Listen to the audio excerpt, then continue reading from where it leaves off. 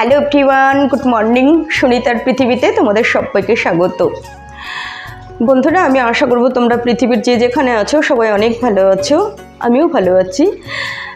আজ সোমবার, এখন বাজে হচ্ছে 6:15 বাজে। আমি 6টায় ঘুম থেকে উঠেছি আর একটু ফ্রেশ হয়ে তারপরে তোমাদের সাথে কথা বলতে চলে এসেছি গল্প করার জন্য। আর ব্লগটা আজকে এখানেই স্টার্ট করলাম। তো গতকালকে ডিউটি গেছিলাম, কেন বলো তো, পালস পোলিও প্রোগ্রাম যখন হয় তখন কি হয়, আমাদের শিশু আলয়গুলো খোলা রাখতে হয়। আমাদের নদিয়াতে পালস পোলিও প্রোগ্রামটা হয়েছিল। তো নির্দিষ্ট একটা টাইমে নির্দিষ্ট জায়গায় একসাথে অনেকগুলো বাচ্চাকে পাওয়া যায় এবং কর্মসূচিটা খুব ভালোভাবেই হয়, সাকসেসফুল হয়। তার জন্য শিশু আলয়গুলো খোলা থাকে। আর শিশু আলয়গুলো যদি খোলা না থাকে তাহলে বিভিন্ন জায়গায় যে বুথগুলো হয়, ক্যাম্পগুলো হয়, সেখানে না মানে সঠিক টাইমে মায়েরা শিশুদেরকে নিয়ে যায় না। কেউ হয়তো ভাবে একটু পরে যাচ্ছি, কেউ হয়তো ভাবছে যাচ্ছি, এই করে করে না অনেকটাই দেরি হয়ে যায়।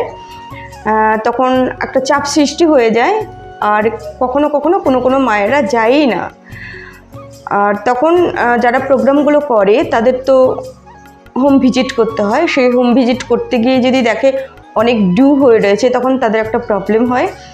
তার জন্য শিশু আলয়গুলো খোলা থাকে নির্দিষ্ট একটা টাইমে, নির্দিষ্ট একটা জায়গায় একসাথে অনেকগুলো বাচ্চা পায়, তখন প্রোগ্রামটা করতে খুব ভালো হয়। তার জন্য আমাদের শিশু আলয়গুলো খোলা থাকে। তো কালকে আমি গেছিলাম, 8টা থেকে 10:30 পর্যন্ত আমি ছিলাম। তারপরে যারা প্রোগ্রামগুলো করে তারা ছিল ওখানে, আমি চলে এসেছি। তো সেই পালস পোলিওর প্রোগ্রামের মুহূর্তটা আমি তোমাদের সাথে শেয়ার করছি।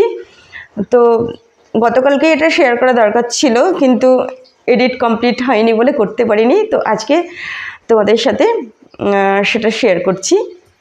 তো চলো দেখে নেওয়া যাক।